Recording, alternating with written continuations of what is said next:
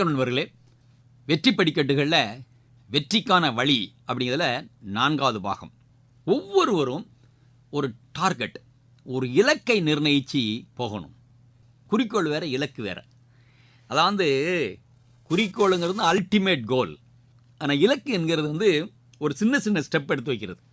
இப்போ சின்ன பிள்ளையாக இருக்குது, அந்த பிள்ளைக்கு பொறுத்தளவுக்கு என்ன ஒரு இலக்கு?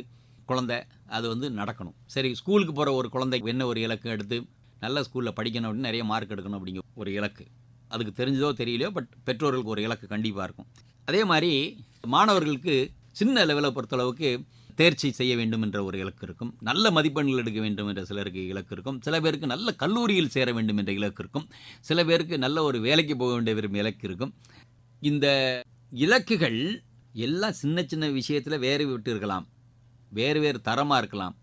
ஆனால் போட்டி தேர்வில் வெற்றி பெறணும் அப்படின்னு நினைக்கிறவங்க ஒரு இலக்கை நிர்ணயம் பண்ணணும். அது என்ன இலக்கு அப்படின்னா, நான் இந்த சாதாரண ஒரு ஸ்கூலில் படிச்சுட்டு இவ்வளோ மார்க் வாங்கிட்டு வந்த இடத்துக்கு வந்திருக்கிறேன், அதுவும் நல்ல ஒரு கல்லூரியில் படிச்சிருக்கேன், என்னுடைய மதிப்பெண்கள் இருக்குது அப்படின்னு ஒரு ஸ்டேஜில் இருப்பீங்க. இன்னும் சில பேர் இன்னும் சூப்பரான ஒரு கல்லூரியிலே சூப்பரான ஒரு பள்ளியிலே படிச்சிருப்பீங்க. இந்த இடத்துல நான் சொல்கிறது சூப்பர் நினைக்கா, இது கிரடேஷன் வேரி ஆகும். No school is super, no college is super. நீங்கள் படிக்கக்கூடியது இந்த மார்க்கெட் ஸ்ட்ரக்சரில் சில பள்ளியும் சில கல்லூரியும் நிறைய ரேங்க் வாங்கி வச்சுருக்கலாம், ஏதோ ஒரு கணக்கில். ஆனால் என்னை பொறுத்த அளவுக்கு நீங்கள் எந்த பள்ளியில் படித்தாலும் அது சூப்பர் தான், எந்த கல்லூரியில் படித்தாலும் அது சூப்பர் தான். அதை தாண்டி உங்களுடைய பர்சனலாக உங்களுடைய வெற்றி இலக்கை நீங்கள் கண்டிப்பாக ஒவ்வொரு ஸ்டேஜுக்கும் மாற்றி வைக்கணும். எப்படி மாற்றி வைக்கணும்னா, இந்த ஸ்டேஜில் நான் இவ்வளோ அடைவேன், இந்த ஸ்டேஜில் இந்த வயசுக்குள்ள இந்த ஒரு இடத்துக்கு நான் போவேன் அப்படிங்கிற விஷயமா கண்டிப்பாக ஒவ்வொருத்தரும் ஒரு இலக்கு வைக்கணும். இலக்கு வைக்காமல் போகலை என்ன தவறு நடக்கும் அப்படின்னா, there is something called mid term correction. Mid term correction என்ன?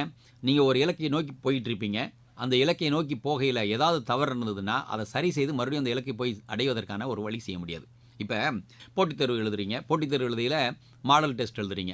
மாடல் டெஸ்ட்டில் ஃபஸ்ட்டு ஒரு நம்ம பிளான் இருக்கும். ஃபஸ்ட்டு டெஸ்ட் எழுதுகிறோம், ஒரு தனி சப்ஜெக்ட் எழுதுகிறோம், அதில் சில தவறுகள் இருக்குது, மதிப்பெண்கள் குறைஞ்சிருது. அதுக்கு அடுத்த ஸ்டேஜில் 2-3 சப்ஜெக்டை சேர்த்து எழுதுகிறோம். அப்போ என்ன சுச்சுவேஷன் வருது?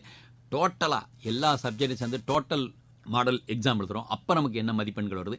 அப்போ உங்களுக்கு என்ன இலக்காக இருக்கணும் அப்படின்னா, நீங்கள் கண்டிப்பாக 100 பேர் எழுதக்கூடிய இந்த தேர்வில் கண்டிப்பாக நான் டாப் 10 டாப் 5 வரணும் அப்படிங்கிற ஒரு இலக்கில் இருக்கணும். ஆனால் அல்டிமேட் எய்ம் என்ன இருக்குது? நம்ம ஒரு பெரிய வேலைக்கு போகணுங்கிறது.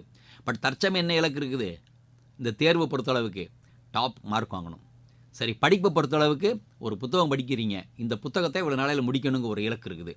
இதை மாதிரி நீங்கள் எத்தனை மதிப்பெண் கல்லூரியில் வாங்கினீங்க, எத்தனை மதிப்பெண்கள் பள்ளியில் வாங்கினீங்க, அதை தாண்டி இந்த வேலைக்கு போகணும், சாதனை செய்ய வேண்டும் என்றால் சிறு சிறு இலக்குகள்.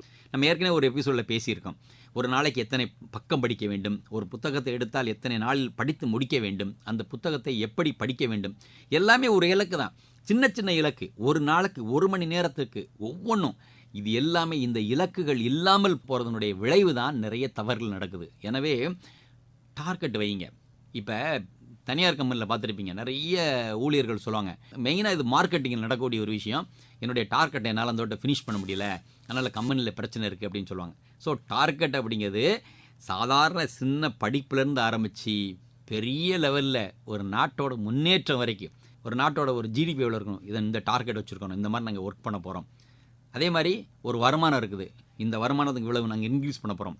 வித்தவுட் டார்கெட், நல்லா புரிஞ்சுக்கோங்க, ஒரு தனி மனிதனிலிருந்து ஒரு நாட்டினுடைய வளர்ச்சி வரைக்கும் டார்கெட் இல்லை என்றால் நத்திங். அதுலேயும் டைப் ஆஃப் டார்கெட்ஸ் இருக்குது. நான் சொன்ன மாதிரி கொஞ்ச காலம், இடைக்காலம் அண்ட் லாங் டியூரேஷன் அப்படிங்கிற மாதிரி. எனவே have a target and work for the target. அந்த டார்கெட்டுக்காக உழைங்க.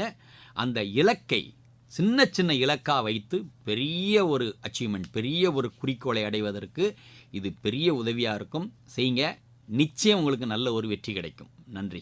வீடியோ உங்களுக்கு பிடிச்சிருந்தா லைக் பண்ணுங்க, ஷேர் பண்ணுங்க, சப்ஸ்கிரைப் பண்ணுங்க, கமெண்ட் பண்ணுங்க, பெல் ஐக்கன் பிரஸ் பண்ண மறந்து போயிடாதீங்க. அப்பதான் நாங்க போஸ்ட் பண்ற வீடியோவோட நோட்டிஃபிகேஷன் உங்களுக்கு வரும்.